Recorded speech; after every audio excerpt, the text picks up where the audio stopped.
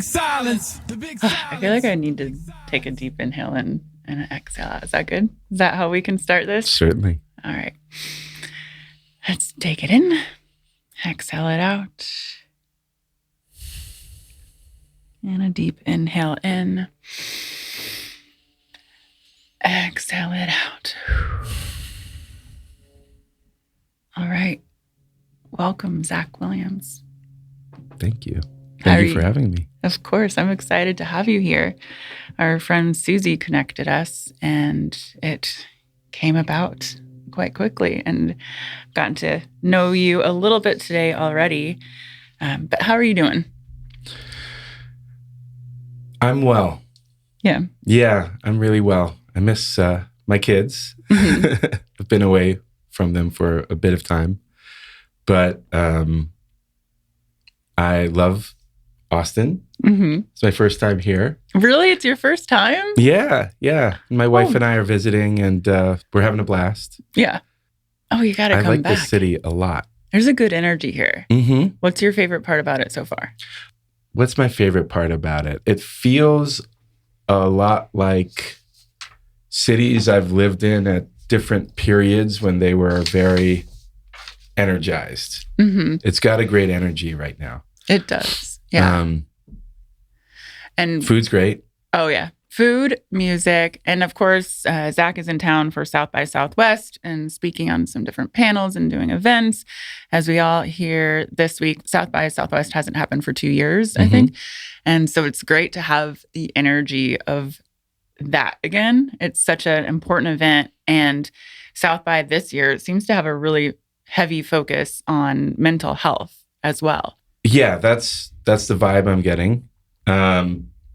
I believe also the programming is, corroborates that. Yeah. But I think most, I don't want to say most because I don't really know, but definitely conferences I've participated in, conventions and the like, have generally had more of a mental health leaning. And I think in part that's because of everything that's going on in the world and a shift in thinking and stigma reduction and the like. I would anticipate this to continue. It should continue. Yeah. It needs to continue. I agree. And, with all the work we're doing on the big silence side and all of the work that you're doing and also sharing your story, people, that we need to hear this. We need to heal coming out of the pandemic, if we are or not. The mental health side is now where we all need the healing. So I really want to talk to you about your experience on that and also your company and everything. So yeah, well, I look forward to sharing more about it. What I'm finding with what we call the parallel pandemic, the parallel mental health pandemic, is that I think a lot of people are starting to acknowledge the trauma that they've experienced over whether it's the past couple of years or over the course of their life. And, historically, I think, as a community or populations, when it comes to thinking about trauma, it's this person has been to war. This person has experienced some type of violence and the like, and that will lead to or has led to, post-traumatic stress disorder or things like that. And what I'm coming to realize, the more and more time I spend talking with people and learn about myself and also understand kind of the scope of challenges that people deal with, is that there's so much more trauma out there that people are starting to acknowledge. And I think it's important to really start acknowledging that as a society, that we are collectively traumatized through everything that's been going on. Right, especially the past 2 years. But would you, as you learn more about yourself, and you've been diagnosed with PTSD. I have. And I believe I haven't been diagnosed, but I definitely have it from growing up with a schizophrenic mom. But have you realized that maybe the trauma started way earlier in your life? Or was it when your father passed and going through that experience in 2016? Well, yes, the trauma started earlier in my life, but I didn't acknowledge the trauma. Yeah. There's a couple events that catalyzed certain behavior that you would associate with being traumatized. Yeah. When I was 12 years old, my cousin, who was one of my best friends, died by suicide. Oh man, sorry. And how old was he? He was 13. That was the age that I had a suicide attempt. Yeah, I'm sorry. No, I'm here to talk about it and heal, because that's the education that we need to talk to our schools and our children, our teenagers. Yeah. And so, I mean, I fully agree. And so I didn't acknowledge the impact that had on me at the time. And nobody talked about it. Huh? And no one really talked about it. You know, it created a certain way of thinking for me throughout my teens and ultimately into adulthood. And what would that way of thinking be? Like, if you could give it a name? Risk-taking behavior, and also regard or disregard for certain relationships or behavior. You mean like romantic relationships, friendships? All of the above. All of the above. And then leading into adulthood, my second week as a freshman in college in New York was September 11th. Oh, shit. And, you know, my friends who are my age, of that generation, of our generation who went through that, didn't really talk about the impact that experience had. Right. And, you know, as someone who transitioned into adulthood literally with a life-changing event, I didn't acknowledge it until later on. It created a certain pathos within me that I carried with me for a while. And only when I started acknowledging, hey, this had an impact on you, did I start realizing, hey, there are events that occurred throughout your life, and there's other things that happened as well, but there are events that occurred throughout your life that you've adapted to, in terms of, you know, there are events that occurred of which the impact it has had on you, you've adapted to, but those adaptations don't necessarily enable you to establish a growth mindset. It right. creates within myself, you know, fight or flight, certain fear responses, certain ways of thinking about relationships and the like, that I didn't really start acknowledging up until recently. Yeah. I completely understand that. It's hard for me to have relationships for quite some time, but now this executive handyman over here is my lucky husband, and he's been through it all with me. But so I want to talk about, obviously, so we'll get into, you've had an addiction problem that you've worked through, but did you have that prior to your dad's passing? Oh, absolutely. Yeah. I think it was something that I was very oriented towards, addictive behavior. Yeah. But it didn't, I don't know what's the term. It didn't crest. Until it didn't peak until after my dad's passing.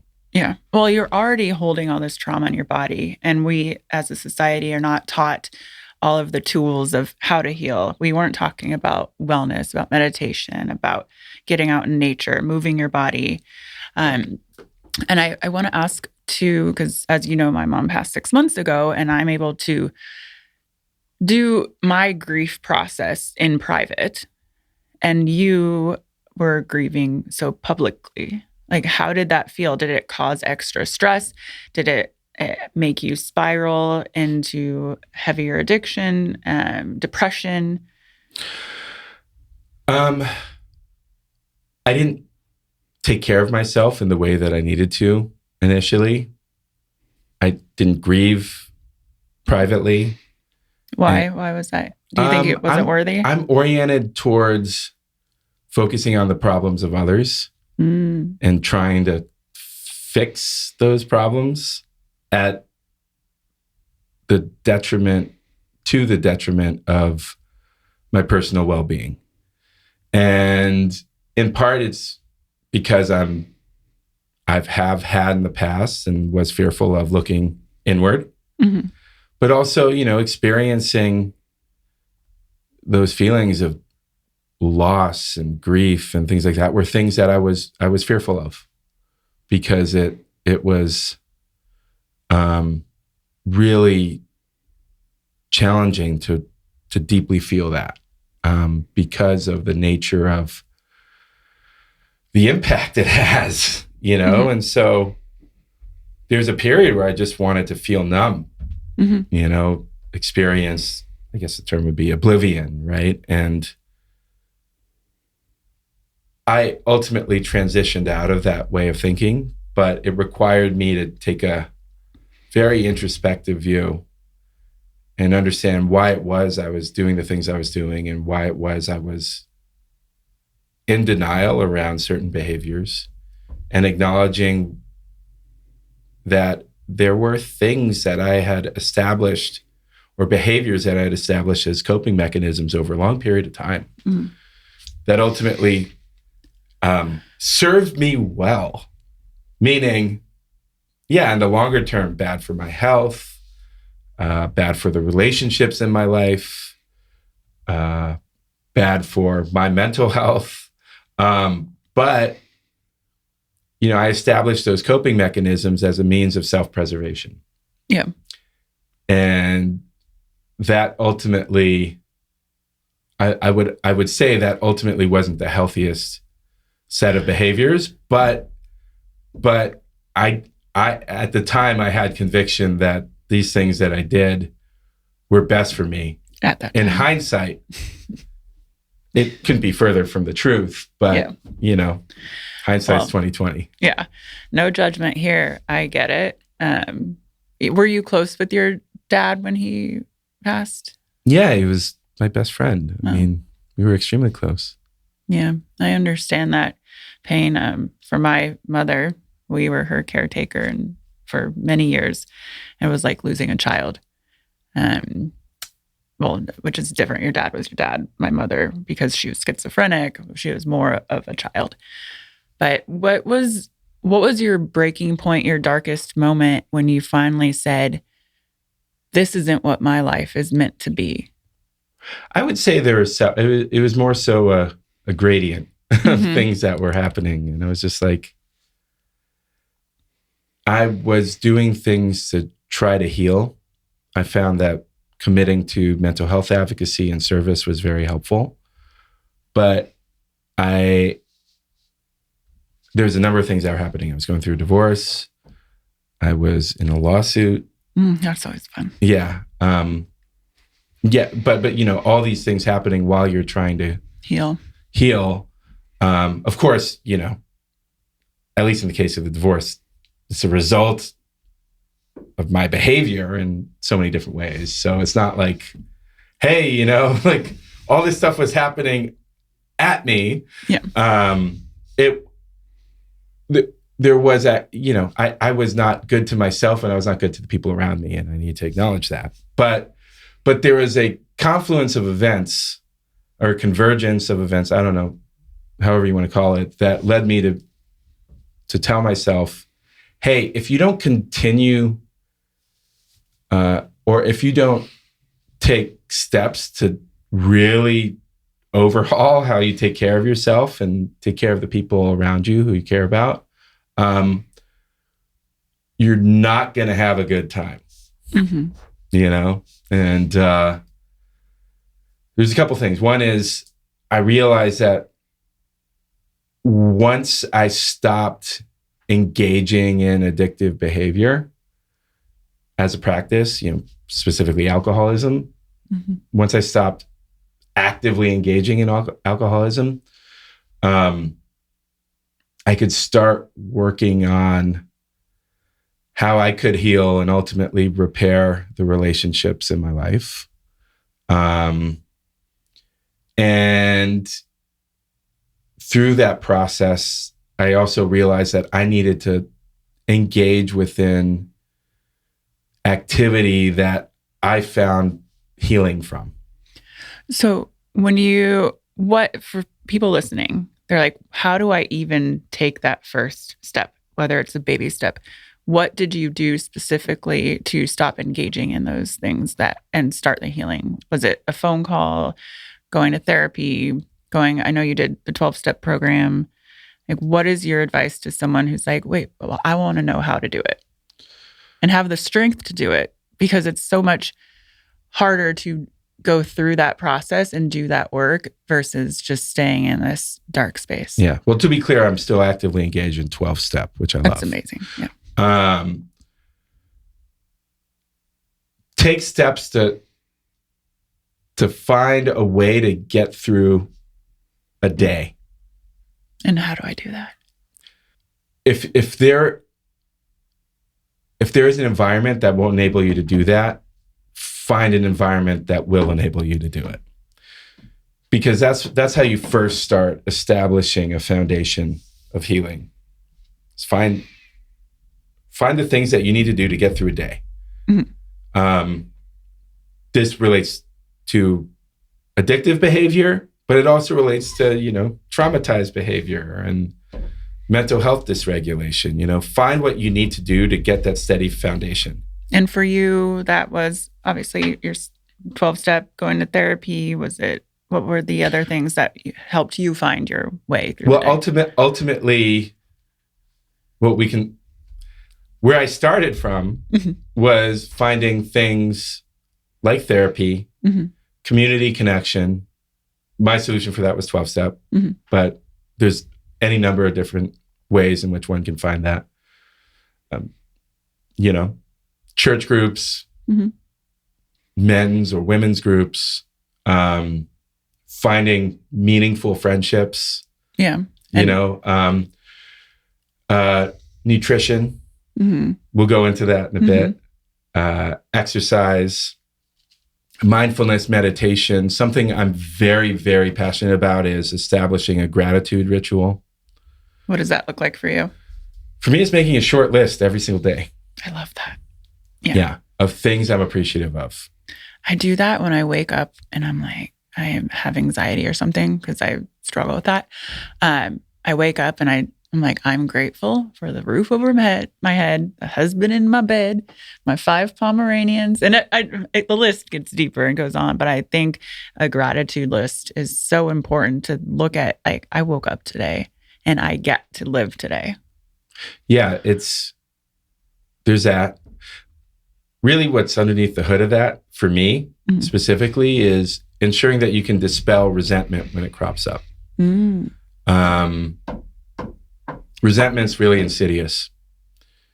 If you don't manage feelings of resentment, and they happen to everybody. Everybody. No one is immune to feeling resentful for the silliest things, but it happens. Or it's silliest or serious things.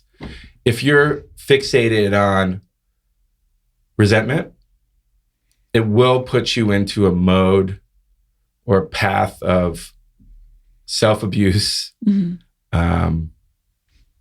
frustration, anger, envy,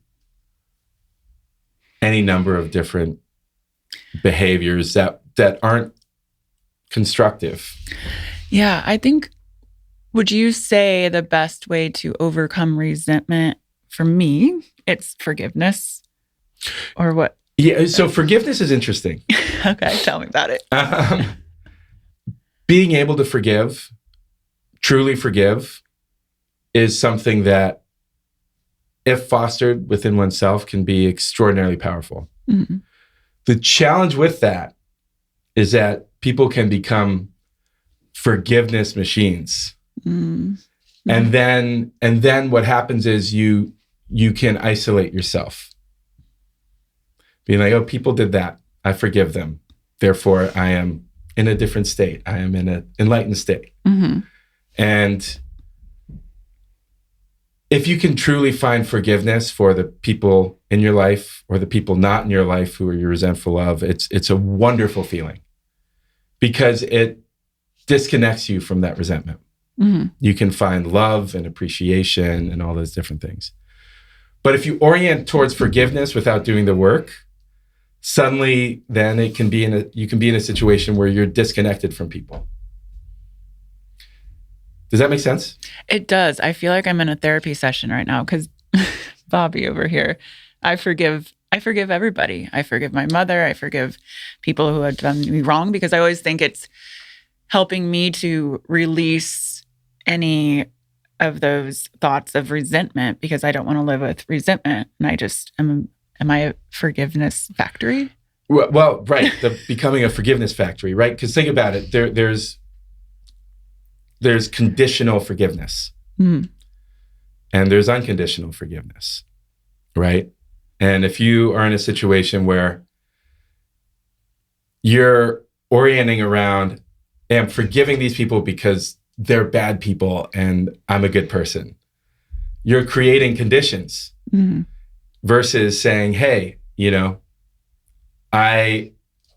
these things happened over the course of my life and,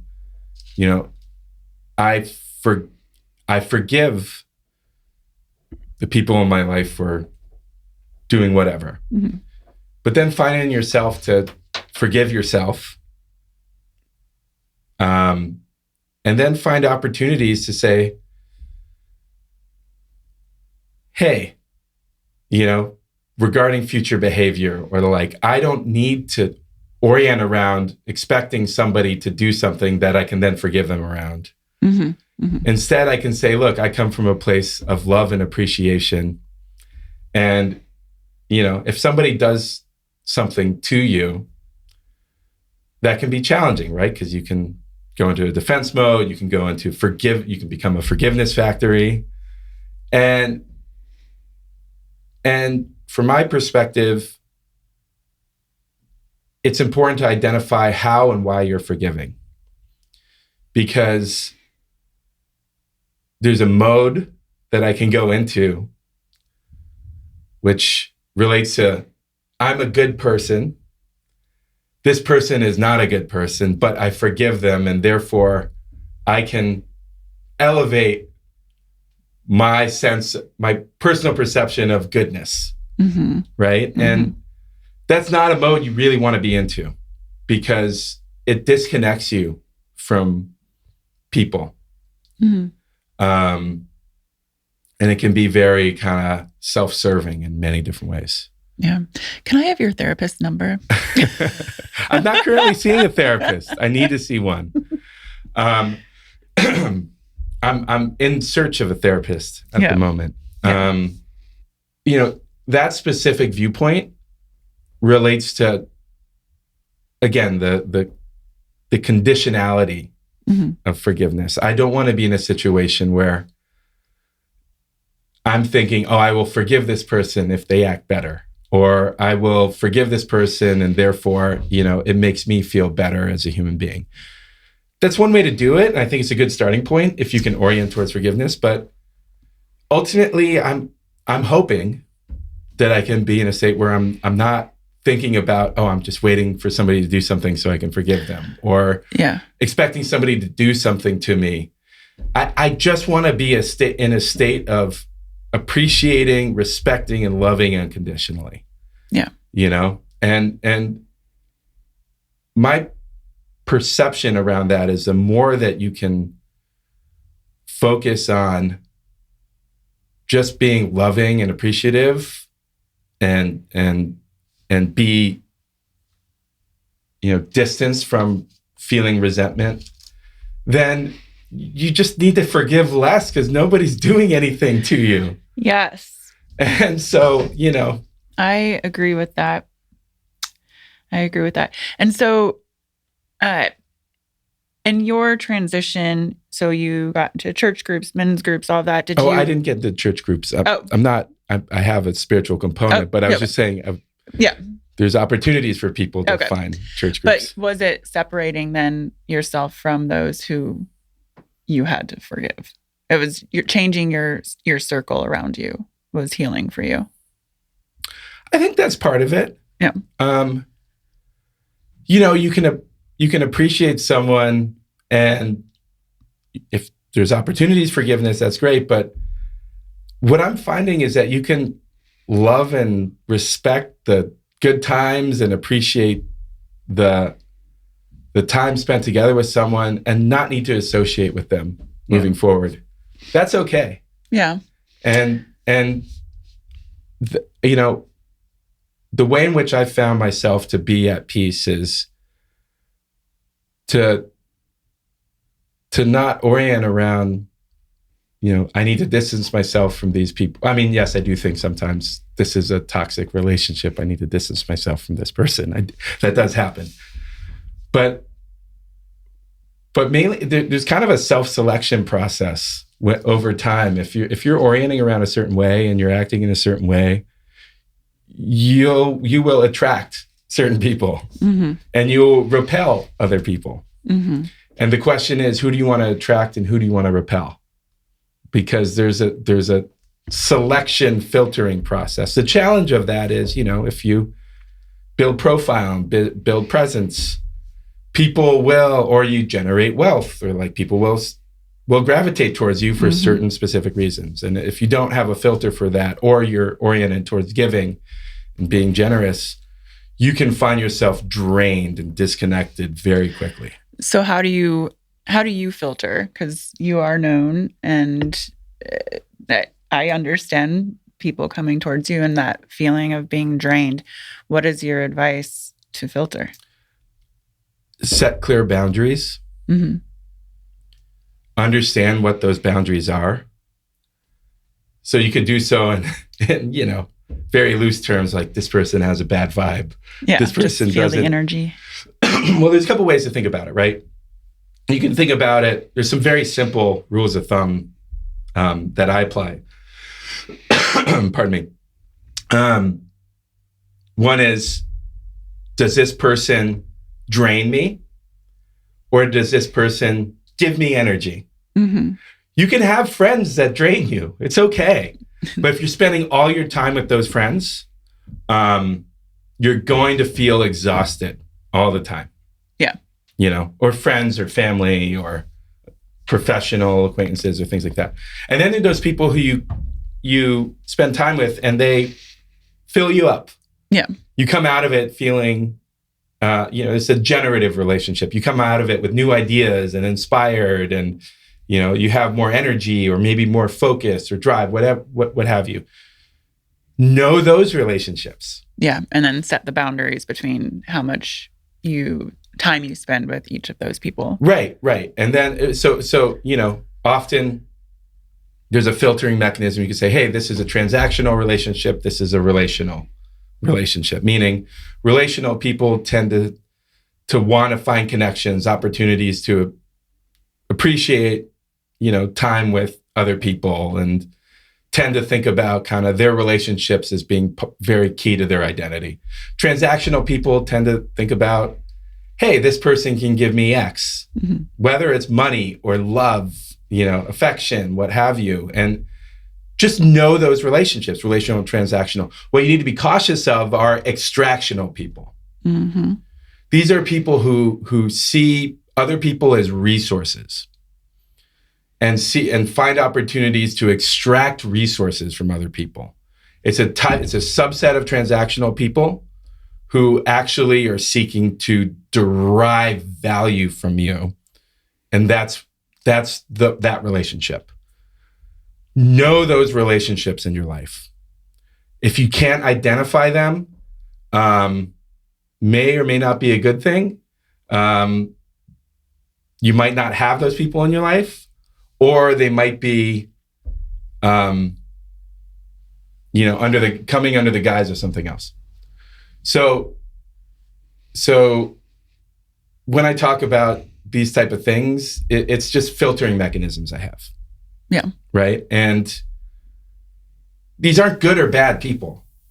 They're just people seeking to survive and, right. in a challenging world, And undergoing a phase shift.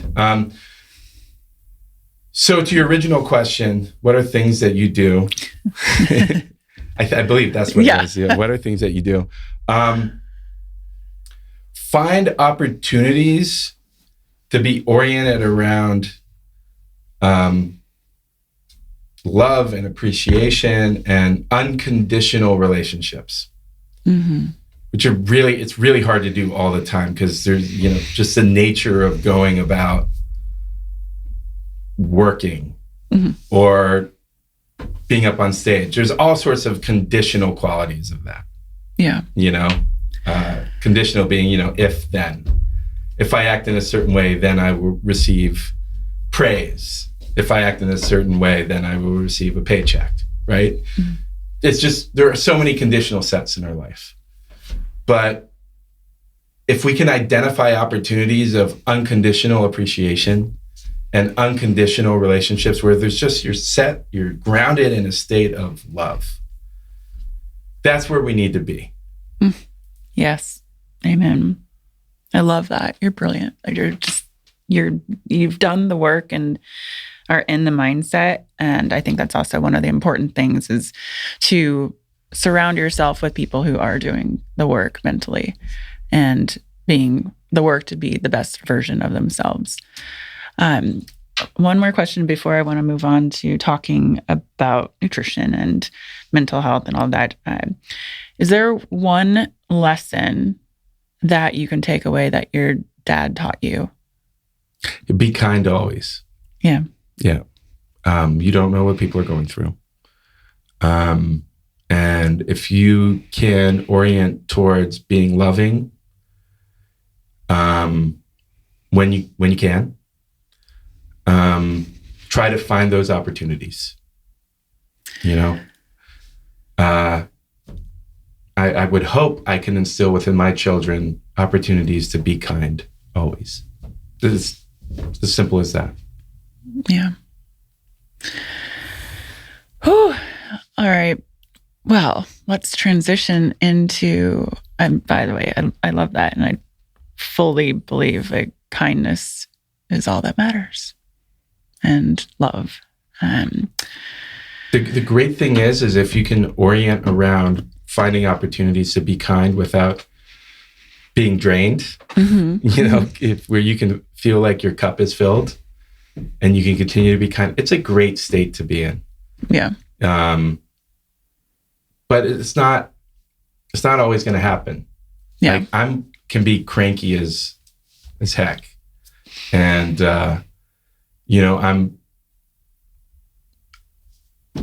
I'm not always a kind person. I get frustrated and annoyed and the like. And so I just want to acknowledge that, there are ways to try to orient towards being a certain way. And that's what I try to endeavor for. Well, of course, we're never perfect, but as long as we're trying and we're doing our best, and then refilling your own cup. Because would you consider yourself an introvert, extrovert, in between? I'm introverted. Same, yeah. What I found is that I'm experiencing social anxiety a lot more, and being in groups of people is very draining. And I've been orienting towards being at home. I travel a lot, and I speak a lot, and I love doing it. But I need to staunch my foundation. Yeah. If I'm going to be present. Well, that's your kindness and your service is helping people and speaking and having this conversation and going on panels this week and doing everything. And I get it too. It's, I had my huge event here at the house for the big Silence Foundation on Saturday. And what's today? Thursday? I'm still drained. Yeah. Yeah, it happens. And I'm introverted. Yeah. So here's the thing too. and this has happened over the course of the pandemic, I'm introverted and I find myself loving spending time, but by myself or, with, people who fill my cup. Yeah. Like my family, my wife and my kids and our dog, and our cat. The challenge of that is I'm having trouble focusing around when I'm spending time in kind of more of a, rebuilding state. I'm having trouble reading books and all these different things that I used to love doing. And I'm having trouble, focusing for more than a period of time. Even reading newspaper or things like that might be kind of how the new way of consuming media and the like, but I used to get such joy. I need to find joy from long periods of recharging, doing things like reading and things like that. It's just becoming harder for me. Yeah. So I'm genuinely concerned for my inability to sit still for long periods of time now. Yeah, well, a lot has changed from our daily routines to everything. And I'm also trying to figure out how to get back to my daily routine of I used to wake up at 5:36 every morning. Now I sleep till 7:15. And then I don't have my morning time together. So I'm trying to transition back into that. But I'm forgiving myself. But so I wanted to talk about, one of the ways that you deal with your healing is the company you started. It is Prepare Your Mind. So can you explain that to me? Because it's to help reduce anxiety. I want to hear more about that because I'm always looking for anything to reduce anxiety. Sure. Yeah. Well, the genesis of the company very much related to I now call it was called anxiety, but now I'm breaking it down into its constituent parts. Tell me. The feelings of overwhelm, worry, and stress I was getting from being newly sober and finding commitment to service as being very helpful for healing from the trauma. But not feeling comfortable in my own skin, feeling very uneasy, and seeking solutions that didn't involve drinking myself into numbness or oblivion, right? And so my now wife introduced amino acid formulations. Specifically, she shared with me a product that her doctor gave to her, a spray that you sprayed under the tongue. It was a GABA and L-theanine product, and you let it sit underneath your tongue. It tasted terrible, but it washed away the stress, overwhelm, worry that I was experiencing in a very meaningful way. I was like, what is going on here? Yeah. And Olivia was like, well, here's what I think is going on. There's this book, it's called The Mood Cure. It relates to how you can use things like amino acids to support mood. So I read the book and started learning about how you can actually establish ways to manage mental well-being and mood through different natural compounds. And was so surprised by how supportive these products were for me personally that I was like, we need to look into this further because I needed to understand what was happening on a biochemical level. It turns out I had a collection of neurotransmitter deficiencies, serotonin, GABA, at different times, other neurotransmitter deficiencies. And if I took care of my diet and the things I was putting in my body, in addition to other things like manage stress and the like, I was able to get through the day meaningfully. meaning not in a state of fear and frustration and the like. And so I discovered that through managing my neurotransmitter health, I was able to feel more secure, happier, and reduce all those feelings, other feelings. And so I created a company around it, along with my wife, Olivia June, focused on neurotransmitter health and supporting neurotransmitter deficiencies. I love that. You need to send it to me. I want to try this. Yeah, I would love to send it. With an overarching goal of being a company that stands for reducing the stigma associated with mental health and standing for mental health advocacy. So we created Prepare Your Mind. The company PYM, was named because it's my middle name. I was going to ask that. It's my middle name. It wasn't Prepare Your Mind. Okay. Yeah, no. Is that your full middle name? It was a name that my dad gave me. Uh-huh. He said it sounded vaguely Welsh. Okay. And that's that. And so it's been interesting because we are seeking to educate people around their neurotransmitter health. But you don't necessarily go out to people and say, hey, you have neurotransmitter deficiencies. You know, people are going to be like, what's that? I don't care. Yeah. It more so relates to say, hey, you know, you need to learn more about what it means to have a healthy serotonin environment, healthy dopamine environment, norepinephrine, epinephrine, cortisol, oxytocin, and so forth and so on, and a GABA environment. If you are actively managing those neurotransmitter environments, you're in a far better position to have a better day.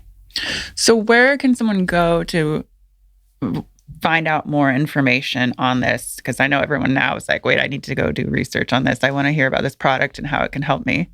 Well, there's a great book called The Mood Cure that relates to how these different natural compounds can support neurotransmitter health and the like, and mental well-being. But expanding beyond that, if you're into reading scientific studies and the like, you can delve in there. But we're seeking to create more educational resources because as a team, we pride ourselves on education. Yeah. You know, we're developing educational curricula associated with three things: mental health advocacy, neurotransmitter health, and mental hygiene. Yeah. Because here's the thing is that I didn't set out to create a company that says, hey, here's a nutritional solution for all your problems.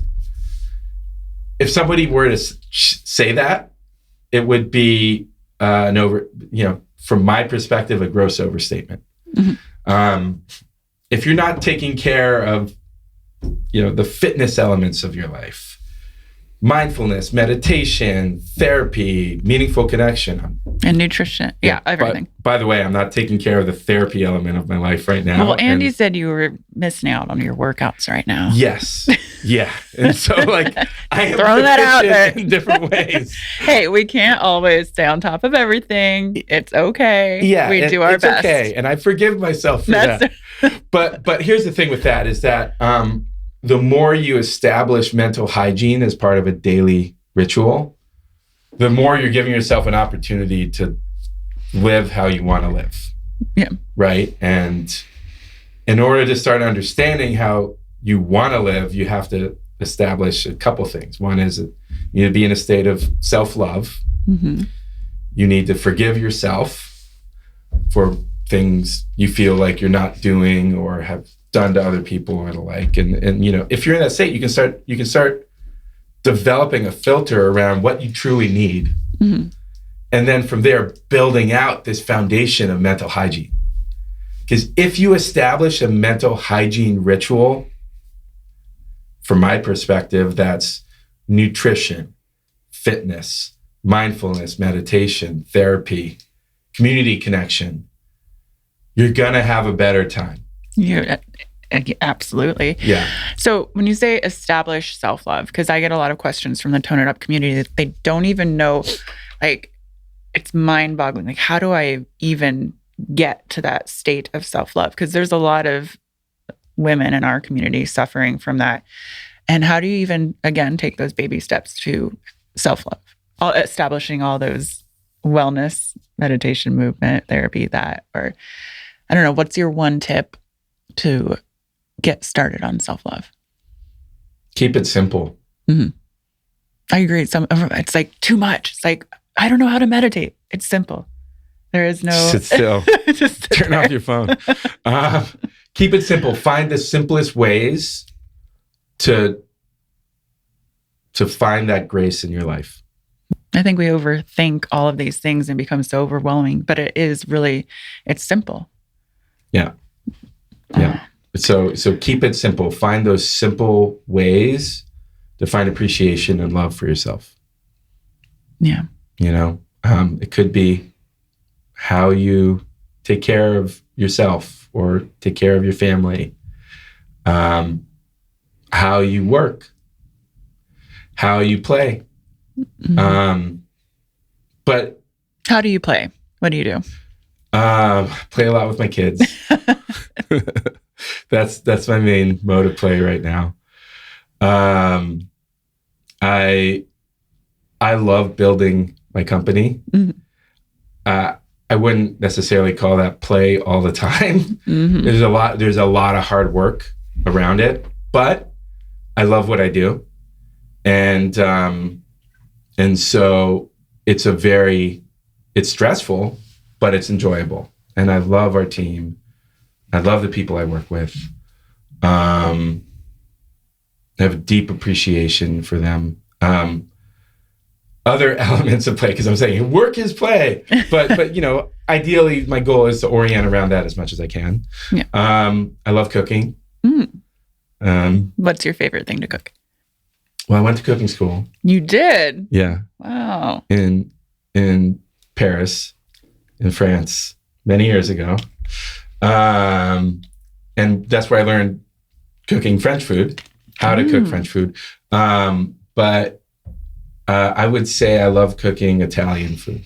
Mm. Yeah, my mother's Italian American, and just grew up cooking Italian food. Learned from my grandmother, and that's my, soul enriching food. Yeah, I love cooking. It's very meditative. It is. At the end of the day.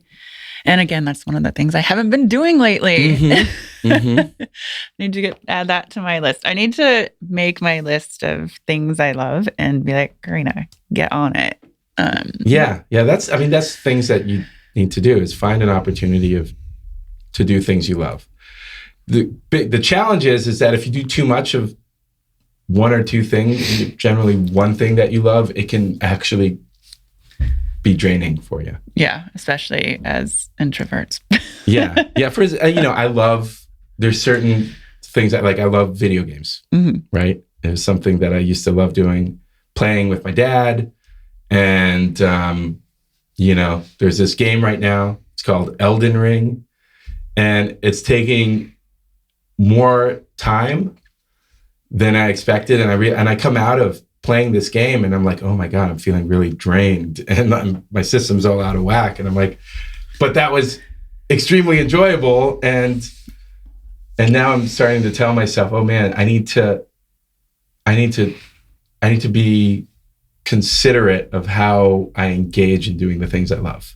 Yeah. Because in those bursts, in those spurts, it can be enjoyable over a period of time. But if you're doing this all the time, it's back to boundaries. Yeah. Setting healthy boundaries with yourself around doing things you love. I know that might sound weird. Yeah. But it would be the same thing with, exercising 6 hours a day or, doing different things in that vein. Yeah. It can be very enriching, but if you're doing it all the time, then suddenly everything else starts falling by the wayside. And exactly. You create imbalance. So balance and boundaries. Yeah. So I love video games a lot. And if I do it too much, then other things fall by the wayside and I end up, then getting exhausted and having anxiety and all that spiraling. Yeah. And then suddenly you're dopamine deficient because you're just oriented around this all the time. And then you're like, where can I find my next, video game? But, that can apply to food. It can apply to certain relationships. And, you just want to find balance. Yeah. I want to ask you, can you fill us in about Bring Change to Mind? Yeah. The foundation. Yeah. I want to hear all about it. So I've been working with Bring Change to Mind for 5 years at this point. Mm-hmm. I've been a director of the organization for the duration of the time I've been involved with the organization. It was founded in 2010 by the actor Glenn Close, and it's focused on developing and deploying peer-to-peer community support programs in high schools and universities throughout the US, and also launching stigma reduction campaigns. We're in hundreds of schools at this point. We also have a wait list of hundreds of schools because there's such a need for peer-to-peer support programs. And had the good fortune last weekend of hosting the Teen Summit in LA, the LA Teen Summit. Amazing.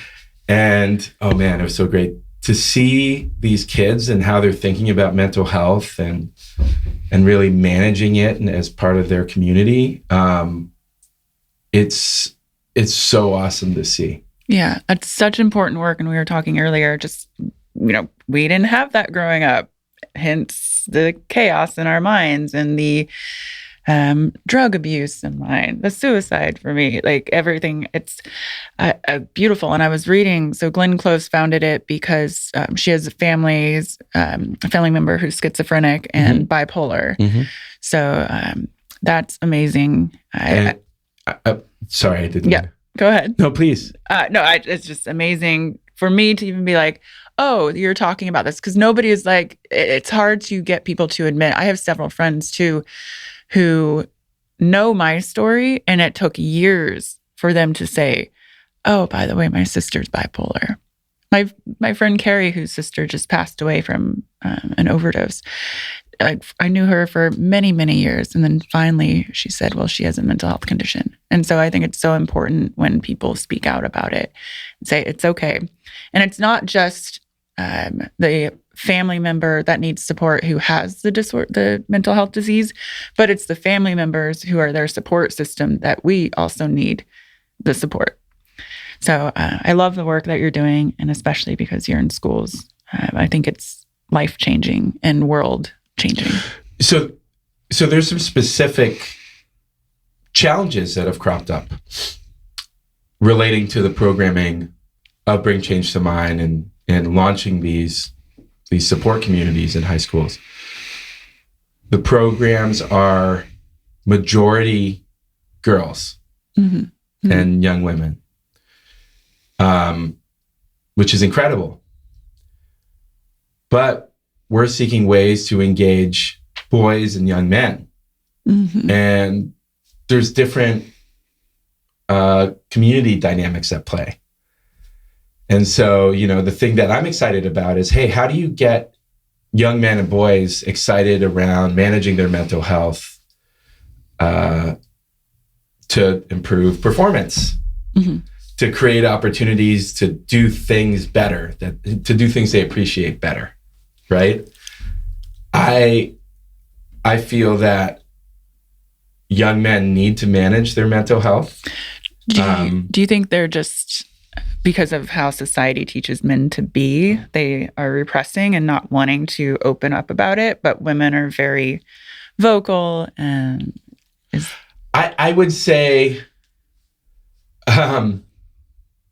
it's complicated. There is different types of stigma relating to mental health in communities of young men and boys. And to break through that stigma requires different ways of talking about issues. It's often around creating accessible narratives. And so, between girls and boys, there's different types of accessible narratives. Correct. And so we're really thinking through, how do you create more accessible narratives to engage boys? and young men, because men are suffering just as much as women. Boys are suffering just as much as girls. But often the suffering is in silence. There is a stigma relating to being vulnerable in a lot of circumstances. Mm-hmm. And so, as a call to action amongst the listeners, it's important to find opportunities to be vulnerable and build resilience through that vulnerability so that you can be role models. Yeah. Because young men and boys need role models focused on healing and mental well-being. So the parents out there listening who have young boys, talk more about their mental health, get them to have conversations, check in with them. What would your advice be? Find accessible narratives. Yeah. It's not just about talking more about mental well-being, or it's about finding ways to engage people in a way where they find it, they can tie it to their life. Yeah. Right. The challenge for me, and this, I'll speak for myself. For me, when it came to mental health growing up, it was either 0 or 1. Mm-hmm. You were either in, an institution or rehab, or, dysregulated in some way where you were unable to take care of yourself, or you were fine. Mm-hmm. And there was nothing in between. Mm-hmm. Right. And the challenge for me around that way of thinking is that what I've discovered is that there's a spectrum, and people who might otherwise be fine 70, 80, 90% of the time have those bad days. Yeah. And especially, in this day and age, in this era we're living, the bad days can stack up. Yeah. And they can create really disruptive life events. And, I think people need to start recognizing that it's okay to have mental health issues. Yeah. Whether it's anxiety, whether it's depression, whether it's, bipolar or schizophrenia, it's okay. Yeah. And people go through it, and, there's opportunities to find a healthy foundation. Yeah. And that is just breaking the silence and talking about it. I mean, I'm called my sister, who's our executive director at the Big Silence, this morning. I said, I'm having anxiety today. Just call someone. I think that's so important for those listening. Like, if you're feeling a certain way, call someone, let them know. It makes me feel better, because then I was fine. But yeah. Thank you. Yeah. So Zach, are there any last words to share with the listeners? I mean, you've said a lot of amazing. Yeah. The final thing is, I'm all for healthcare and medical solutions. Just because I created a company focused on nutrition doesn't mean I'm about finding opportunities to support yourself through meeting a psychiatrist, or, talking to your doctor around what you're experiencing. Those are opportunities as well. I just want to acknowledge the fact that for each individual, I hope that they can catalyze a journey for themselves to find their healthy mental hygiene, whether it's nutrition, fitness, mindfulness, meditation, therapy, community, pharmaceuticals. I don't want to discount any of the things available for people, because it's often, I think people are, can be finding one mode, and that one mode works for them up until a point, and then it stops working. Mm-hmm. And it's all about finding that mosaic that works best for them. And the reason why I'm saying this is because I'm a firm believer of trial and exploration to find what's best for oneself. Every individual is unique. And, I implore people to take that journey to find what works for them. Yeah, I love that 100%. Thank you for being here and spending this much time. I don't know how long we've been talking, but I appreciate it so much. Thank you. Thank you. It was a pleasure. Thanks. The Big Silence. The Big Silence. The Big Silence.